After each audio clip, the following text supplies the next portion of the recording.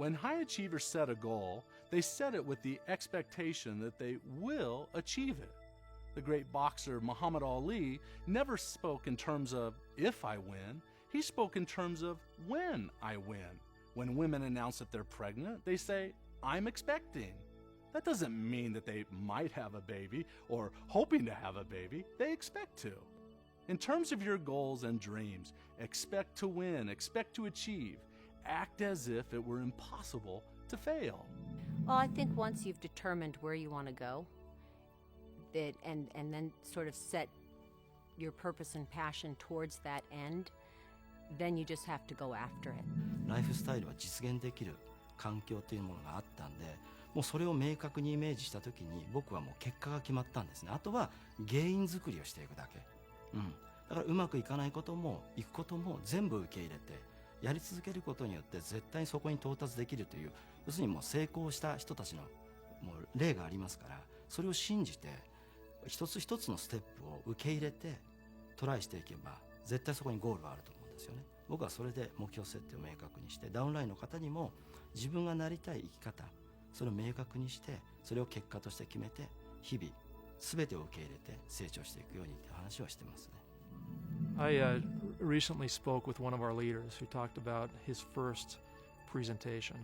He was brand new in the business, had never presented in front of anyone, and was adamant on being absolutely prepared. He practiced his speech. He had the right kind of presentation materials, rented a room, showed up, and one person came. He was completely deflated. He thought there were going to be hundreds. There was one person. But he had been trained well by his upline, who told him to go for it, to go follow through with what he had decided to do. He made the presentation. That one person who was there listened, went home. He didn't think anything would come of it. Came back to him and ended up being the strongest leg in his organization and made him one of the most successful leaders in that market. Then, when you're clear about where you're going and what you want, you're going to realize that you can get there. That the only thing that would stop you from getting there is you stop or you quit. And that's the truth of it.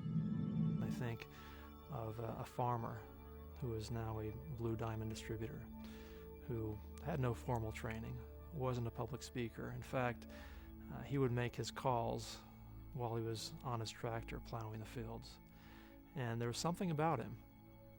His belief, his optimism, his persistence was infectious, because people who were introduced to Nu Skin because of him stayed with it, and he built an amazing business, all by being a simple guy doing things during his ordinary life that resulted in extraordinary success. There's an enormous element of discipline involved in the business, where people have to view the world long term and consistently work toward their dream past the first week. You know, when the excitement wears off the second day in this business, or the first time you do a meeting and 2 people show up, well, gee, that was fun while it lasted. There's an enormous need to discipline yourself and just consistently pursue your goal. And if you can't do that, you better just go be an accountant for somebody. You better just go get a job at a place where, as long as you stay in your seat, you keep your job, because you just can't push any machine to the end of the row if you don't stay persistent. And all of a sudden, as a mother, you don't expect this 2-day-old baby to be walking around. But you know that it's the simple little steps that are going to get this baby to one day standing on his feet and walking around. And you lead by example. But it's the little steps that are going to take him there. And if we apply that principle to the business, we know that it's not just in a wink of an eye and all of a sudden you have this business. It's the little actions you do every day that tie to the big picture at the end of the big business you build. But every day you're doing the little actions. So you take that baby and he's seeing mommy and daddy walking in front of him every day of his life, and maybe he's 6 months, 7 months, and he starts cruising in the living room, holding on to a little table or whatever. And what do? You don't start scolding him and going, "Oh, come on, you're 7 months old, start walking." You don't do that. You are so excited to see that. You call daddy and you say, "You're not going to believe what the baby just did." Took 2 steps, encouraged them. So you all of a sudden are sharing in their success. It was a little thing. And then what happens? When that baby starts going, all of a sudden he's cruising all over the house. And what do the mommy and daddy have to do? They have to go get gates to stop him and control. Well, that's exactly how this business works. You start with someone that's lost. They don't know what they're doing. And they start with those little steps. And you only encourage them to success. You can't scold anybody to success. There are 3 types of achievers: high achievers, low achievers, and no achievers. It has been proven time and time again that high achievers have high personal expectations, low achievers have low personal expectations, and yes, those who achieve nothing in life generally have no personal expectations. With that bit of new knowledge, can you see why it is so important that you set high personal expectations for yourself? Every area of your life requires you to have personal expectations if you hope to grow in that area. What do you expect of your physical self? Are you happy with your weight? What weight would you like to be at? What about your financial life? What expectations do you have for your personal income? How about your relationships? Will you choose to set your expectations at high, low, or no? Mediocrity is never an option for a high achiever. My wife is really the model for how we all ought to be living our lives. We ought to never settle for mediocrity. We ought to push ourselves no matter what the activity it is. I would do paper plates every day. My wife brings out china for breakfast sometimes because that ought to be an excellent experience. I recommend that as a lifestyle we ought to have. No matter what today's activity is, part of our mindset ought to be, how can I add a little more value to this enterprise? How can I add a little more value to what we're doing today in order to squeeze more out of life than we are right now? There was once a builder who had the reputation of being the best builder around. He had worked for years for a large company, and he had reached the age of retirement. Before retiring, his boss asked him if he would build one more house. He accepted this one last job, but his heart was not involved. As a result, he used inferior materials and incapable workers. When the house was finished, his employer came to him and said, "Thank you for all the years you've worked for me." Then, while reaching into his pocket, he added, "As a gift from me, here is the key. The house is yours. It's a present from me to you." The builder quickly regretted that he had not used the best materials and most capable workers. If he had only known that the house was for him. You and I are the same. The decisions, habits, and the life we are creating now is the life we get to live in the future. There are 2 pains in life, the pain of discipline and the pain of regret. The pain of discipline lasts just a moment, but the pain of regret can last a lifetime. 2 things, okay? Honesty, integrity, no double standard. That's all. You ask yourself whether you have tried your best. Once you have tried your best, you should have no regret in your life. To be great at something takes a lot of work, but you can do it. And everybody did it just like you. Nobody gets up in the morning and jumps in their pants both legs at a time. They put them on one leg at a time each, just like you do. You know, it's just the way it is. We're all the same. And any successful person has just done what it took to pay the price, to acquire the skills, to do the extra effort that was necessary to become successful in their field of endeavor. For me, this is a matter which starts every day. Every morning when I get up, I make a list of things I want to do, and it's a matter of discipline for me, and to always fulfill everything you had in mind, not to do a few things less. You try exactly what you want to do, or even more, but never less. And this way, you always stay ahead. A critical ingredient of the success formula when talking about choice and success in your business or any other goal you have is that of true decisions. See, there are decisions and then there are true decisions. High achievers know that there is a point when true decisions must be made. The word decision comes from the Latin root word incision, which means to cut off from. So when you make a true decision, you're cutting yourself off from any other alternative. Therefore, there is no sitting on the fence. There's a story told of a general who sailed across the sea to engage in a war with another country. He knew that his men would be greatly outnumbered and that they would need to be highly committed and motivated if they were going to win. Once his army had exited the ship with all their supplies and made it to shore, he ordered the ships to be burned. As his men watched the ship go up in flames, the general turned to his men and said, "We either win or die." The general made a true decision. There is a difference between saying, "I want to achieve this goal," "I hope to achieve this goal," and "I will achieve this goal." I think that one of the realities of the business is that there comes a moment in time for almost everyone where they have to decide whether they're going to do this business themselves, with or without upline support. If they have it, great. Many don't. And we corporately want to try to fill in as much as we can when people feel orphaned. But there's a certain moment of truth that comes in the life of every one of our executives where they have to decide for themselves whether they're going to do this business or not, regardless of the level of support they may receive personally.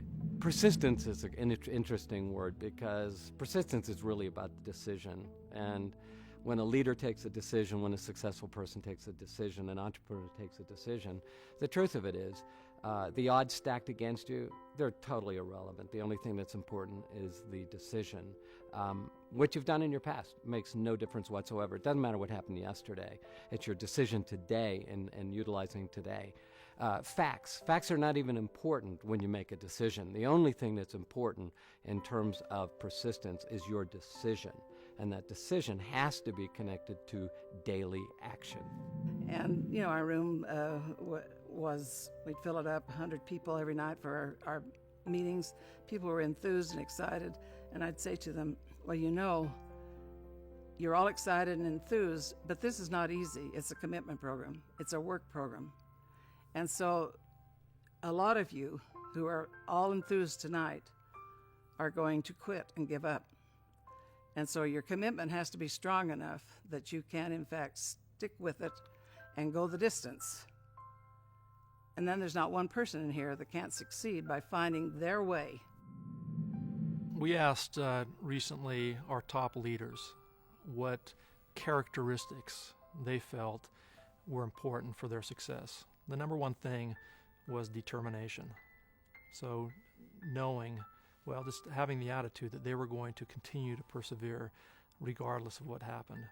Another one was happiness. They considered themselves happy, positive people. They also said that they were self-starters and that they never quit. Those kind of characteristics are what make leaders succeed. And they're not things that come necessarily in day one. A lot of these things are learned behaviors.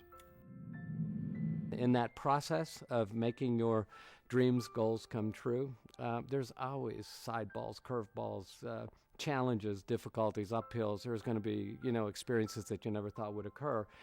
But because you've taken the decision to be an entrepreneur, that's going to get you through everything, because at the end of the day, it's the decision that's important. One of the values which I know Blake Roney has for himself, which I agree with wholeheartedly, is that no success in life compensates for failure in the home. Achieving balance is essential to true success.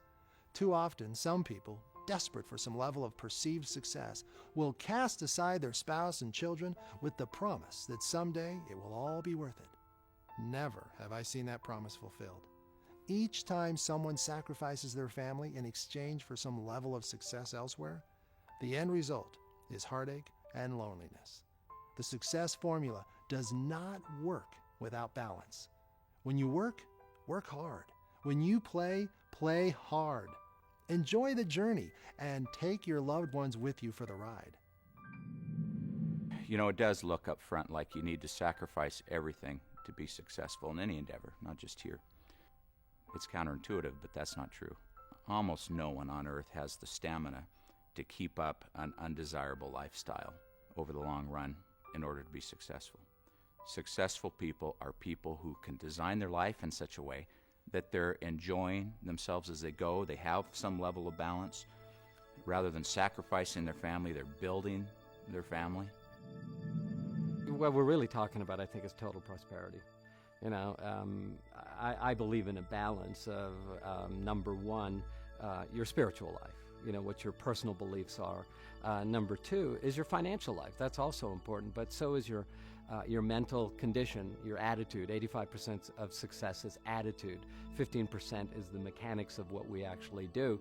And then physical. So if a person is in good shape and taking care of themselves on a physical level, if they've got a positive attitude in life, if they've got good basic foundation, spiritual beliefs, whatever you refer to them, good positive morals, and you have financial success, then you live what I refer to as total prosperity. Success is kind of an elusive thing, and it's measured in lots of different ways. And I've seen lots of people come through and do lots of successful kinds of things with their lives. What I would conclude is that I know that money is not success. I've seen people make millions and millions of dollars and their lives are in shambles and they're anything but successful. I've seen other people who have made relatively modest amounts of money but have spent their lives in very productive, helpful ways, and they have spent their lives in a sphere of joy and giving, and they are hugely successful people, and money had nothing to do with that. It's important as we shape our lives' goals and as we shape our own vision of success that we not chase the bright shiny objects of money and things that detract us from the things that are really going to bring us the most happiness in life. And that would be my definition of success, is to lead a happy, fulfilled, productive, useful life. And sometimes the things that, the measures of success that society most often looks to, the money, the toys, the titles, the prestige, have the least to do with success. As people come through the Nu Skin business and achieve various levels of success, I hope that no one who's making relatively modest amounts of money view themselves as less than successful for that purpose alone, or for that reason alone. If the other pieces of their lives are consistent with their belief structures and they've got they find joy in the things they're doing, they're successful. People who go through the business and make huge amounts of money and get to the end of their lives and find that they're alone with their money because they spent their families, their friends, their relationships in order to end up with their stuff. That's not success. That's tragedy. That's failure. You have to design your processes for building the business in such a way that you do not trade your family. You do not trade your relationship with your spouse. You do not trade your friendships or your religion, any of your core values, in order to make money. And you don't have to. Not only is it not necessary, it's a mistake to trade those things for success. I would say that when you first start into this business, balance is one of the most difficult things to maintain because you have an excitement level that is off the charts. And you just want to be successful tomorrow. You don't want to necessarily pay the price of long enduring suffering to become a leader. But this is a program that's a work program. So preserve your energy, balance, continue to do your workouts, continue to spend time with your children, continue to do all of those things, because really that's what you're trying to tell other people is the beauty of the business. If I'm looking at you and you are just 24/7 doing Nu Skin, I'm going to say to myself, well, I don't really want to do that because I don't want to live your life. I don't want to be like that. But if you can show that I can work out, I can go on vacation with my family, and I can still be working on the phone, I can still be networking, I can still be opening new opportunities for myself. Network marketing is more of a lifestyle business. One of the unique things about this business to me is that it clearly, to be successful, it does require sacrifice. And as I hear the stories of our successful leaders, and I talk to the Sean Brady's of the world, for example, who spent months and months, if not years, on the road, almost living on the street at times in some of the countries we've gone into. And you hear the degree of sacrifice that some of these people have made in order to be successful. It is awe-inspiring, and it's also a little bit petrifying at the same time, because our corporate values are such that, frankly, if someone were faced with the decision of attending a child's concert at school that night versus doing a business opportunity meeting that night, we would encourage that person to go to his child's concert at school and to not sacrifice the things that really matter most. I mean, no success can offset failure in the home in particular. And so, having our priorities straight and recognizing that family matters most and that everything else, frankly, is secondary, I think is a unique cultural aspect of this business. I can think of numerous times when I've been in the office late, or been working on a project outside in another city late, and I'll send an email at 11 o'clock at night that happens to hit Blake's email box, and he'll call me up on my cell phone and say, "Go home right now, stop what you're doing, your life's out of whack, and your priorities are out of place." And that, in a founder of a company is a rare thing. I was a lawyer in private practice before getting involved in this business, and I can assure you that never once did one of the partners I was working with come into my office at 3 o'clock in the morning and tell me to go home. Didn't happen. I actually found myself on the floor of my office one morning pulling an all-nighter thinking that I was having a heart attack. And my upline, my partner, stuck his head in my office and said, "Are you okay?" And I said, "I don't know. My heart's doing funny things." And he looked at me and he said, "You'll get used to it," and walked out of the office. And so in a typical business setting, people almost wear as a badge of honor the fact that they work 24/7.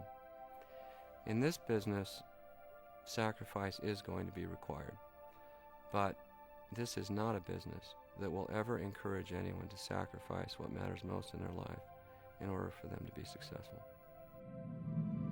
Yeah, the real interesting thing about this business is we've been able to observe lots of people's lives, from an aerial view, from a distant view, but over a course of years, people who have sacrificed everything for financial success, and some who had it in the process. But it's been very interesting to see that when they arrived, so to speak, they arrived at a miserable place. And of course, we've seen lots of people who've done it properly, who have built their family relationships, been good parents and so forth as they built their business, and have had very high levels of success. And it's just a completely different experience. The success that they enjoy is so much more delicious and wonderful than the loneliness, the really sad success that we see in others. Aristotle once said, "What you expect, you shall find." So that begs the obvious question, what do you expect? At any point in this process, have you stopped to ask yourself that question? Have you really answered it yet? Because as you've just heard over and over and over, whatever you expect, it probably is what you will achieve. Do you expect to have a long, happy marriage? Or to raise beautiful, intelligent children, or to build a thriving business? Those personal expectations are what set the pace for your journey. I have always found that when I expect a lot, I accomplish a lot. Take a moment right now, seriously, write down in your notebook or a piece of paper, write down what you expect from yourself over the next day, week, month, and year. And remember, balance is important, so include your personal life as well as your business. Once you've done that, keep it where you can see it every day. And keep watching this video as often as possible. Your next ingredient in the success formula will arrive soon. I look forward to continuing this journey with you. See you soon.